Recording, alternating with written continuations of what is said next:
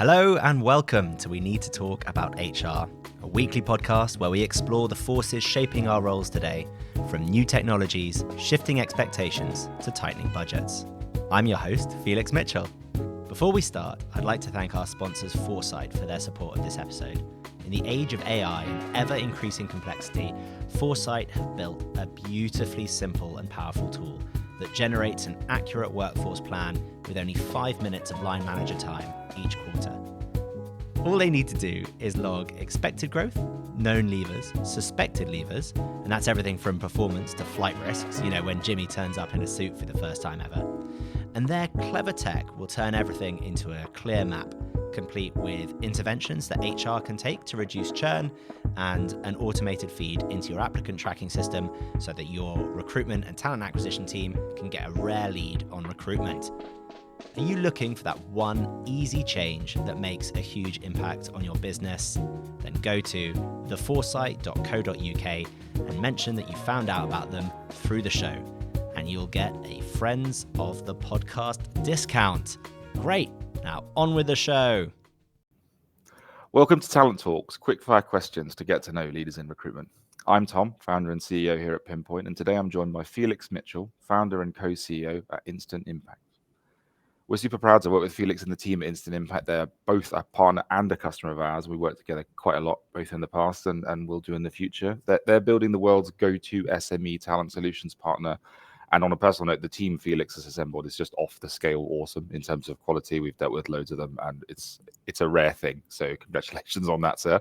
As a final aside, Felix is just much better at podcasting than I am. And when you're finished here, you should immediately go and listen to his podcast. We Need to Talk About HR. Felix, thanks for joining me today. You ready for 10 questions? I am ready for 10 questions, Tom. Thanks so much for having me on, and thanks for your kind words, particularly about the team. I agree with you. As you should. Yeah, it's a rare thing, and congratulations. Cool. Look, let's dig in. If you weren't in the talent space, what would you be doing? Well, I'd have to be a founder. I think that. Okay. Yeah. I think maybe you probably agree with me. I think once you've had a taste of this sweet medicine, you never go back. I definitely couldn't work for anyone else. I think I'd also have to be a founder in the professional services space. I love the world of tech. As you know, we are always making sure that we're first adopters of new technology, and that we're leading our industry in terms of how we use technology. But I've got a special place in my heart for professional services. I think that improving the way that a particular business line is delivered is something that I'm really passionate about. So probably something in the very tech-enabled accounting, legal, marketing world. Sure. No, awesome. Makes loads of sense. I think given that context, kind of give me 60 seconds on why you founded Instant Impact in the first place then.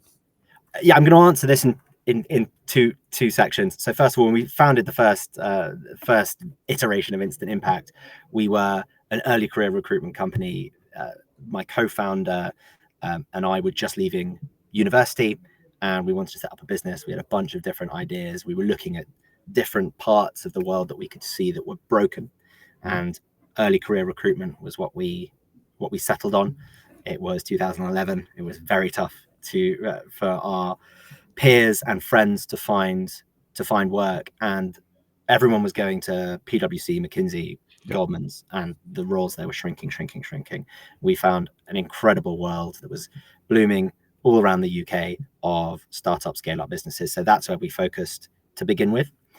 As the business grew, as the economy in the UK matured, we ended up pivoting or iterating a couple of times. And the second answer to your question is where we've ended up now, which is really around helping our clients to solve their challenging long-term talent acquisition problems. And where the reason we've settled there is that we think that talent functions are not living up to their full potential. And that with the right awesome on-site team, the right technology, the right supporting infrastructure around them, the right data, and the right talent transformation, we think that talent functions and our embedded talent functions can be engines of growth in an organization, rather than where what they too often are, which is sort of administrative functions. And so there's a big gap there, and that's what we're really excited about. No, look, awesome, and obviously rings super true for our perspective on the world, right? Like trying to shift this kind of notional cost center to more of a strategic like function within the business is crucial, and I think you guys have been transformational in helping people do that. I think like there's lots of ways, obviously, you come in and work with organizations to make a big difference. I think like we're always super interested in candidate experience and like what that looks like, and obviously in a very positive but sort of realistic way, lots of the organizations we meet for the first time as an ATS provider will self-identify as offering a terrible candidate experience, but sort of don't really feel well equipped or well educated enough to solve that problem. I think like help us understand that, like what's the sort of number one thing you think companies should be doing to deliver a better candidate experience? I think the number one theme is transparency. Mm-hmm. And I think one of the looking for a job is a very uncertain, very fraught time in someone's life, whether they're in a role that they don't like at the moment or whether they're on the open market wondering how they're going to pay their mortgage next year. No one's expecting live up to the moment sort of updates, but I think we can definitely look at sort of a minimum expectation there, which is keeping your candidates updated as you go through the process, continual comms. And I think that's where powerful technology like Pinpoint comes in, right? A lot of that can be automated. A lot of that can make use of clever AI. It doesn't need to be recruiters doing that or hiring managers doing that. So that's the one piece of comms through the process to maintain transparency, being super clear and crystal clear on expectation management. And that's for how often they're going to be communicated to, what the process looks like, what level of what's going to happen at each interview, all of that sort of stuff, what kind of candidate you're looking for. And then finally, and this would be the final cherry on the top of the transparency cake, even though it doesn't seem like it's asking that much, give feedback as to why decisions have been made. Why have they not been successful in this process? What can they work on in the future? Those sorts of questions. So I think really transparency is that key point, and I don't think it's too much to ask for. No, hear you loud and clear. And that's the thing. I think what we're always interested in kind of trying to toe the line between like automation and a potential degradation in quality and experience, right? But I think it's difficult because sometimes if the choice is not doing something at all or automating some version of it to create that transparency, it's better than nothing, right? I think like there's just a lot of challenge that we see organizations have when they try and up their game in terms of the frequency of communication and the quality of that communication. But either way, like the clear message is everybody needs to be doing better there. Yeah. And look, comms saying there's no update is better than no comms at all.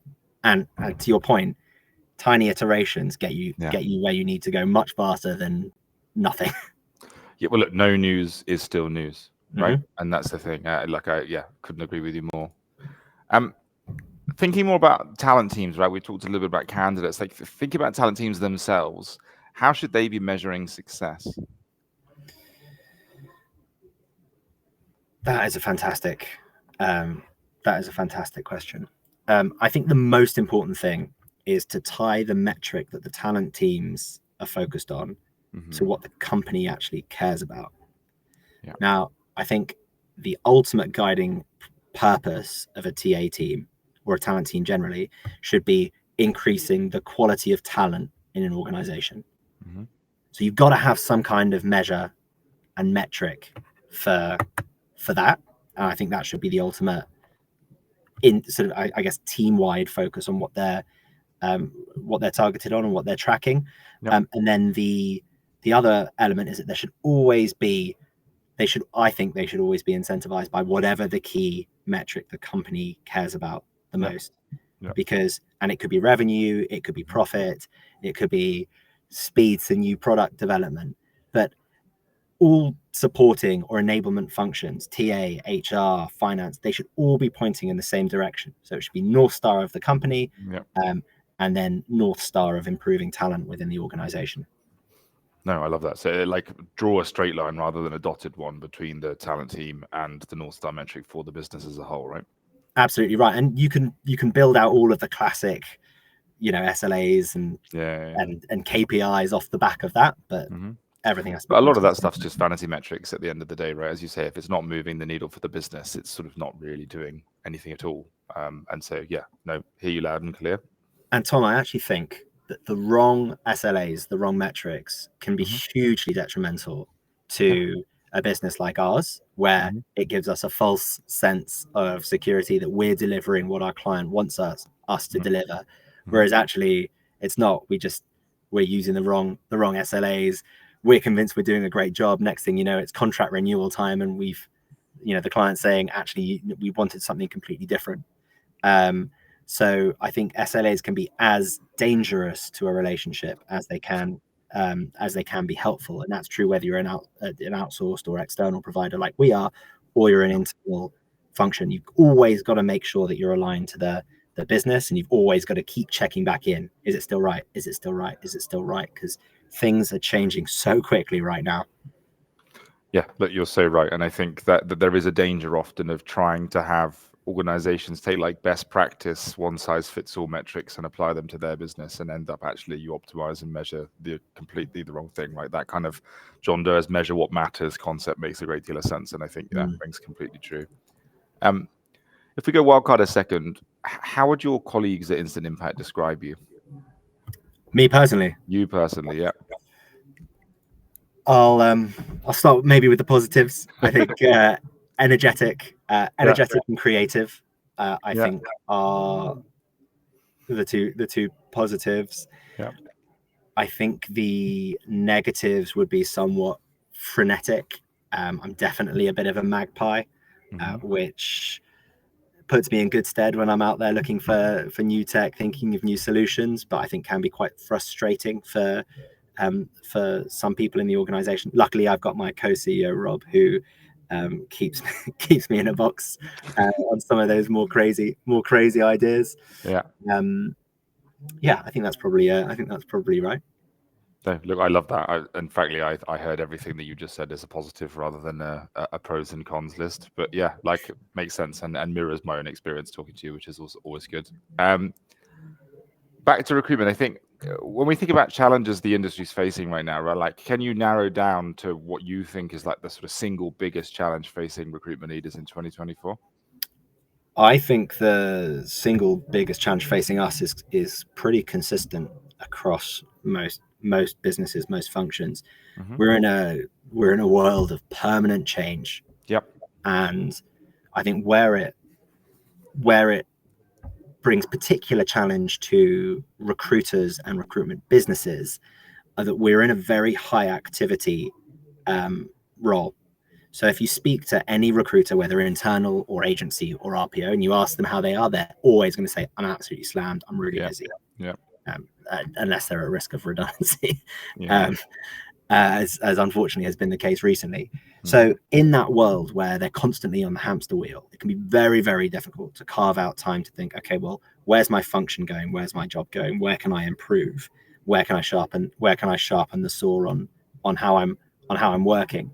And I think that to be able to cope with this world around us right now, where the walls are constantly shifting, the line of what's possible with technology is constantly changing, the expectations on talent functions, on HR functions are increasing, I think, month on month. Yeah. Being that reactive is really, really dangerous.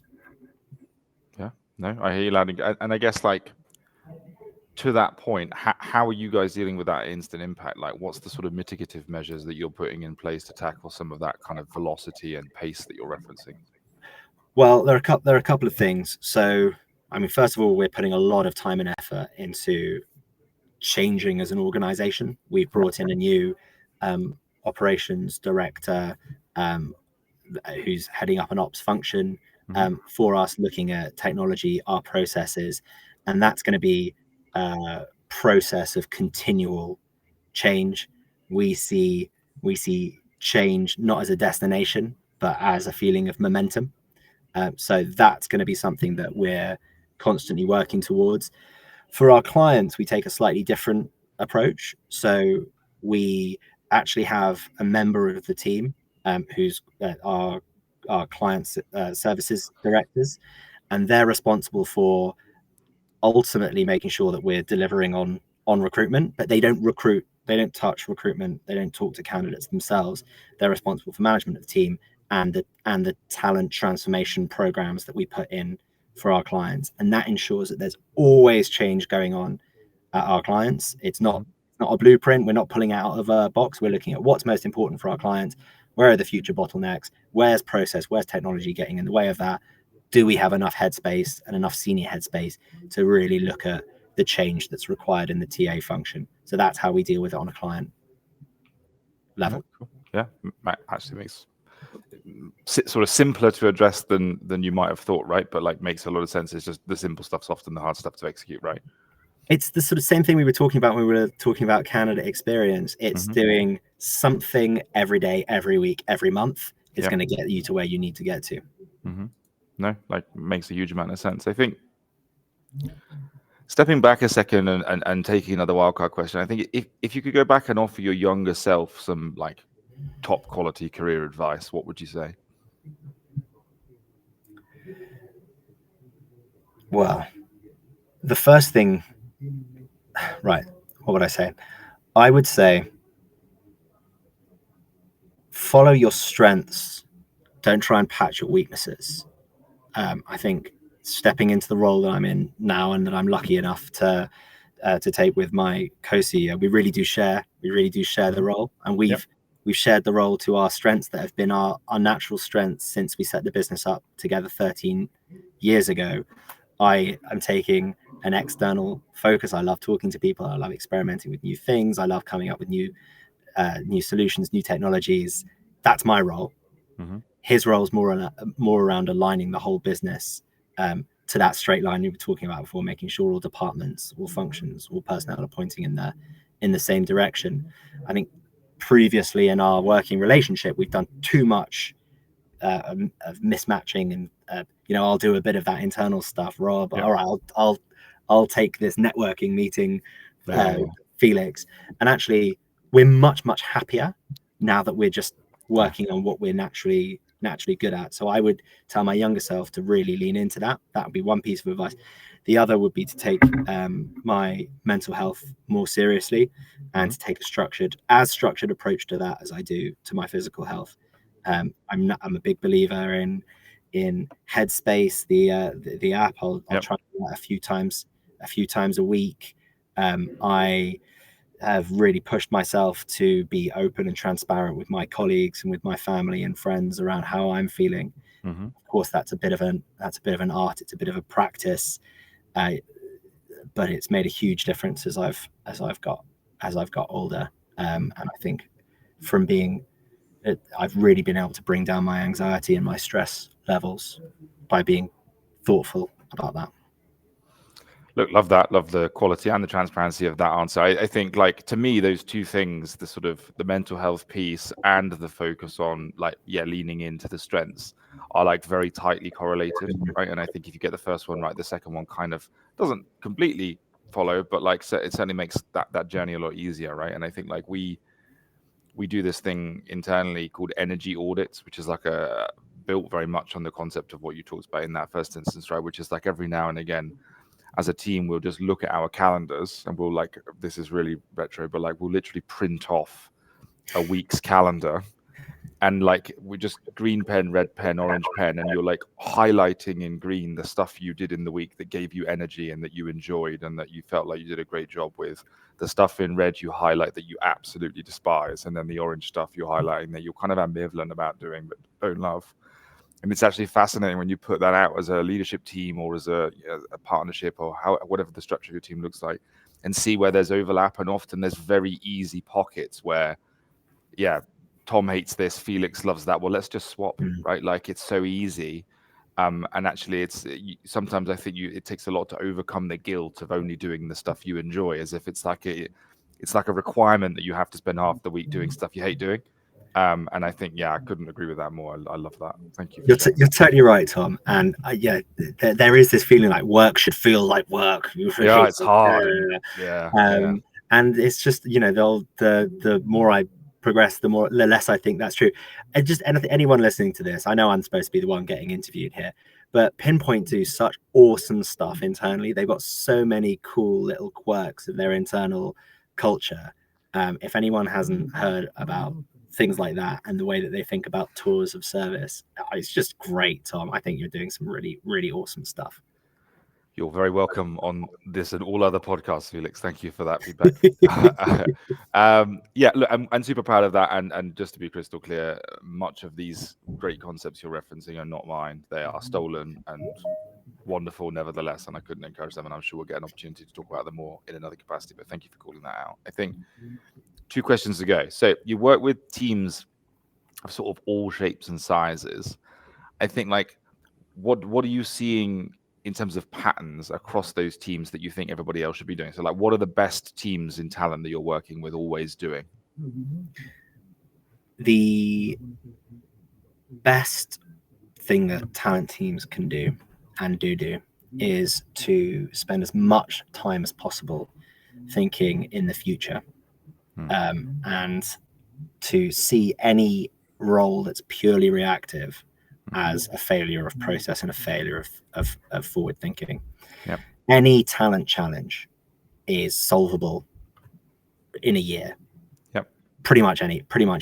It's really, really easy. If you've got a year to solve a talent bottleneck, you can do it. 6 months, much more straightforward than if you're given what's normally the case as, I should have hired this person a week ago. And where you're having those, I should have hired those people a week ago, too many recruitment or TA functions say, oh man, these hiring managers don't give me any notice around this. Yeah. But it's not their fault. It's not their accountability. Bringing talent into the organization is the talent team's responsibility. So you've got to think into the future. Forecasting, planning, challenging your hiring managers and stakeholders, that's your responsibility, not the hiring managers. I love that. And I actually think, I think you're completely right. And I love that you're sort of comfortable calling that out, because it's sort of not necessarily I wouldn't say it's an unpopular opinion, but you're kind of shining a light on underperformance, which I think absolutely needs to be done. I think the thing I would say is where we've witnessed teams go through this exercise. Sorry, I'm just pausing because I know my camera's stopped working for some reason, but it's fine. It all gets edited anyway. But yeah, I'm gonna pause and then carry on. No, I'm just trying to find out why the camera is not working. Sorry.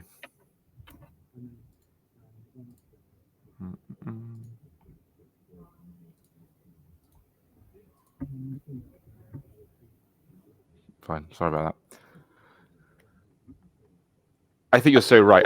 I think one of the challenges, like, of that perspective, though, is yeah, you're shining a light on some underperformance. But I think one of the things I've seen in teams that have sort of flipped the coin there, and they've gone from this kind of very reactive, unaccountable thing, wants to blame the hiring manager, to a team that's very proactive and, as you just said, is challenging hiring managers on their talent requirements and trying to forecast better.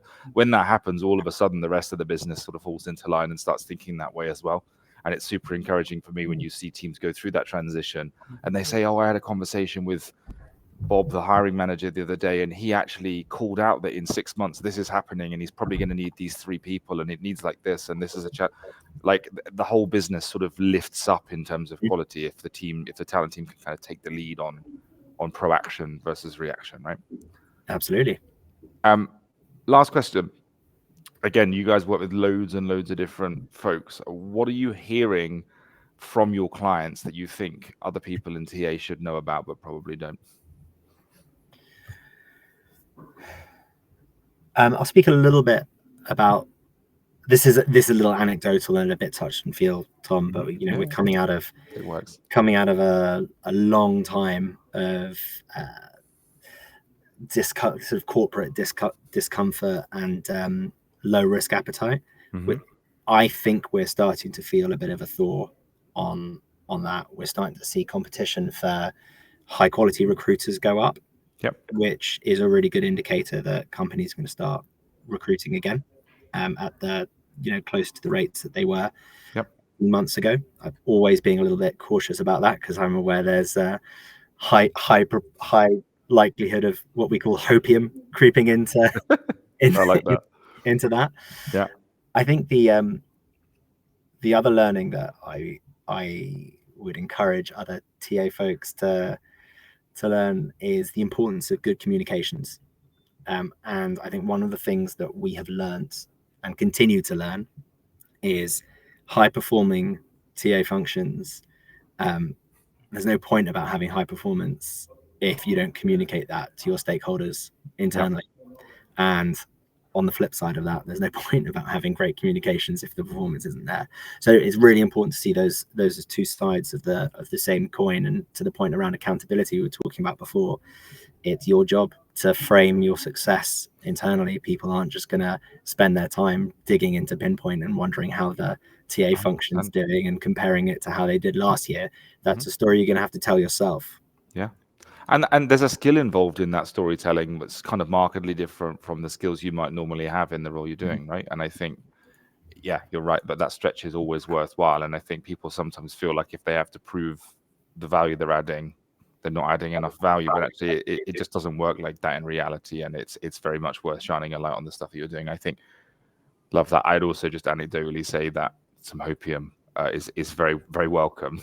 And like, yeah, I think I know you say yourself that it's anecdotal, but like this is how people build a picture of what the macro environment looks like, right? Lots of little micro and macro signals from different folks at different places in the industry. And so encouraging that you're seeing that. And I think sort of mirrors what we're seeing in hiring volume, in take up, in scale across the rest of the industry. And so, yeah, let's all hope for that. I think, Felix, this has been amazing. Thank you so much. We've made it through all 10 questions and appreciate you taking some time to hang out with me today.